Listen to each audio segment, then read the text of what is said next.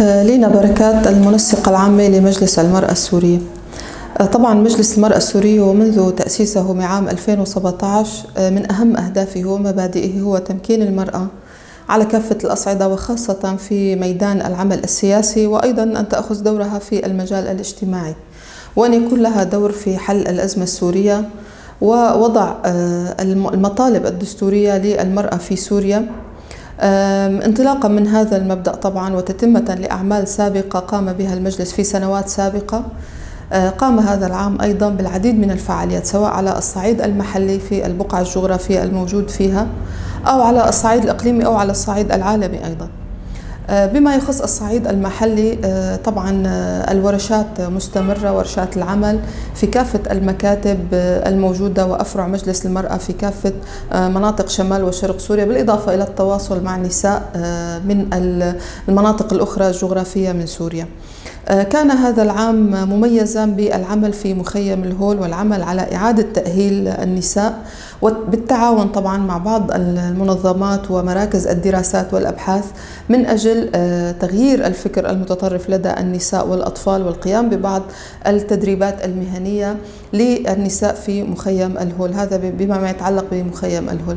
بالنسبة للمناطق الأخرى، قام مجلس المرأة السورية بالعديد من النشاطات، منها المنتدى الثقافي لزيادة الوعي الثقافي لدى النساء، وأيضا تشجيع المرأة المثقفة من أدب، من شعر، من فن، من عديد من هذه الأمور. أيضا هناك منتدى القوميات الذي استمر به مجلس المرأة واستمر بعقد فعالياته للتعريف بالقوميات المتعددة والمكونات المتعددة الموجودة في سوريا، وكان هذا من النشاطات المتميزة أيضا.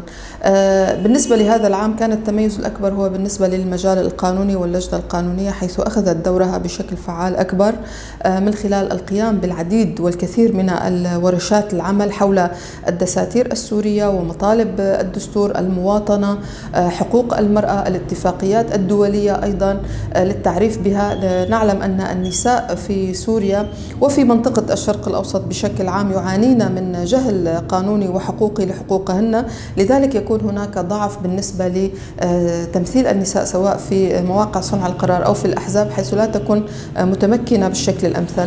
فقام مجلس المرأة بهذا الدور من أجل سد هذه الثغرة وتشجيع النساء أكثر، وزيادة أفق المعرفة لديهن بحقوقهن وبما يتوجب عليهن المطالبة به والاطلاع على هذه الأمور.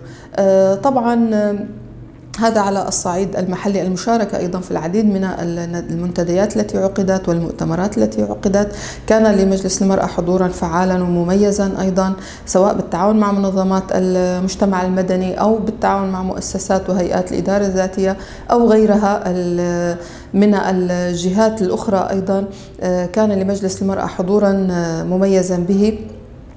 شارك أيضا مجلس المرأة في مؤتمر الوطني السوري الذي تم عقده في دمشق، كان لمجلس المرأة السورية دعوة خاصة ومشاركة. أيضا مؤتمر أبناء الجزيرة والمكونات في شمال وشرق سوريا، أيضا مجلس المرأة مشارك به. لجنة صياغة العقد الاجتماعي أيضا لمجلس المرأة السورية أيضا مشاركة به. وكان هناك أيضا العديد من اللقاءات مع أعضاء اللجنة الدستورية عن طريق وسائل التواصل الاجتماعي. استطاع مجلس المرأة أن يصل وأن يتواصل مع أعضاء اللجنة الدستورية أيضا. هذا بما يخص الصعيد المحلي. بالنسبة للصعيد الإقليمي، شارك مجلس المرأة السورية بمؤتمر الثاني لنساء في الشرق الأوسط، وكان لي أنا شخصيا محورا في هذا المؤتمر، وإلى الآن يتم متابعة التحالف الذي نتج عن هذا المؤتمر، تحالف نسوي على مستوى الشرق الأوسط، سوف يكون لمجلس المرأة السورية تمثيل به بالتأكيد. وأيضا مبادرة مناهضة الإبادة للنساء من أجل الأمن والسلام، أيضا مجلس المرأة السورية مشارك في هذه المبادرة وقام بالعديد من الفعاليات تحت اسم هذه المبادرة، وهي مبادرة تخص النساء في الشرق الأوسط بشكل عام. على الصعيد الدولي، كان لمجلس المرأة السورية المشاركة في العديد من المنصات، وكان هناك دعوة أيضا لحضور مؤتمر بروكسل الخاص بالوضع في سوريا، أيضا المشاركة في عدة ندوات وحوارات مع الاتحاد الأوروبي، وأيضا مع الأمم المتحدة، وأيضا مع المبعوث الدولي الخاص لسوريا جير بيدرسون. يعني نحاول بشكل عام أن نغطي كافة الفعاليات، وأن يكون للمرأة حضور مميز، وخاصة المرأة السورية، لضمان مشاركتها في حل الأزمة السورية ولتكون موجودة بشكل قوي وفعال. طبعا شارك مجلس المرأة السورية أيضا في الحملات التي قامت بها التنظيمات النسوية في شمال وشرق سوريا، سواء في احتفالا بيوم المرأة العالمي أو بيوم السلام العالمي، وأيضا بيوم مناهضة العنف ضد المرأة. كان هناك العديد من النشاطات والفعاليات المتميزة، حيث حاولنا أن نكسر النمطية والروتين الموجود بما يخص فعاليات المرأة أو إصدار البيانات التي تهم المرأة في هذه المناسبات. أيضا التنديد بالجرائم التي حصلت بحق المرأة، محاولة لفت نظر الرأي العام إلى المواضيع التي تهم المرأة.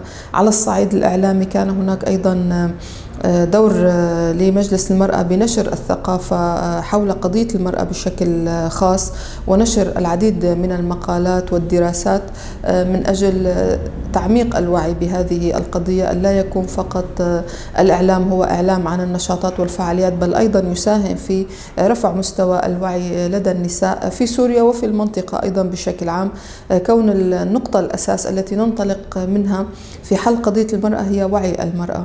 المرأة عانت لعصور، لزمن أو سنوات عديدة وكثيرة أيضا من الإقصاء عن المشاركة في الحياة الاجتماعية، فأهملت نفسها نوعا ما من ناحية رفع مستوى الوعي أو الثقافة. فمجلس المرأة السورية يحاول من خلال هذه النشاطات والفعاليات أن يكون هناك إدراك ووعي أكثر لدورها. طبعا مستمرون نحن في عملنا، ودائما الفعاليات التي نخطط لها أو نريد أن نتابع هي بناء على ما سبق بناؤه وتأسيسه. والعام المقبل إن شاء الله سوف نحضر لعقد المؤتمر الثاني لمجلس المرأة السورية، وأيضا التواصل أكثر مع نساء، سواء من شخصيات مستقلة أو منظمات مجتمع مدني أو نساء يعملن في مجال السياسة، لتوسيع أيضا عمل المجلس، بالإضافة للقيام بالعدد من المشاريع التي تخص مخيم الهول بشكل خاص، كونه مسألة التطرف هي مسألة خطيرة وتؤذي جميع المكونات الموجودة، وخاصة المرأة. استهداف المرأة بالفكر المتطرف هو ما يجعلنا نهتم بهذا المجال، بالإضافة إلى الاهتمام أيضا بالمخيمات الأخرى من ناحية تقديم الدعم النفسي، والاهتمام أيضا بالأطفال والنساء، مساعدتهن سواء المادية أو المعنوية، أيضا من خلال إقامة بعض المشاريع، زيادة التواصل أيضا مع المؤسسات الدولية لإيصال صوت المرأة ومشاكلها أيضا في سوريا، من أجل أن تأخذ دورها في حل الأزمة السورية، والذي هو الهدف الأساسي الذي نسعى إليه. المرأة عانت في سوريا لسنوات وسنوات، حتى ما قبل الأزمة كانت تعاني، وبعد الأزمة تكرست هذه المعاناة بأشكال أيضا قديمة وجديدة. لذلك من حق المرأة ومن واجبنا أيضا نحن بمجلس المرأة السورية إيصال صوت النساء السوريات إلى المحافل الدولية وإلى المحافل الإقليمية، وأن لا يكون صوتا فقط، أن يكون هناك مشاركة فعلية وحقيقية ورفع مستوى الوعي لدى النساء، وأن تكون مشاركتها في أي محفل أو في أي فعالية تتم على مستوى سوريا وعلى مستوى الشرق الأوسط أو على مستوى العالم، تكون نساء كفؤات قادرات على أخذ دورهن الذي نطمح جميعا أن نصل إليه، وأن تصل المرأة في النهاية إلى حريتها وحرية المجتمع. أتمنى الخير والسلام، وأن يعم الأمن في كامل أنحاء سوريا وفي أنحاء الشرق الأوسط أيضا وفي العالم. نتمنى للنساء جميعا أن يكن بأمان وسلام. نتمنى لمجلسنا ولجميع التنظيمات النسوية أيضا التوفيق بعملهن، فنضالنا واحد ومعركتنا واحدة، ونريد أن نكون يدا بيد من أجل بناء مجتمع أفضل، بناء يدعو إلى المحبة، إلى السلام، إلى الخير.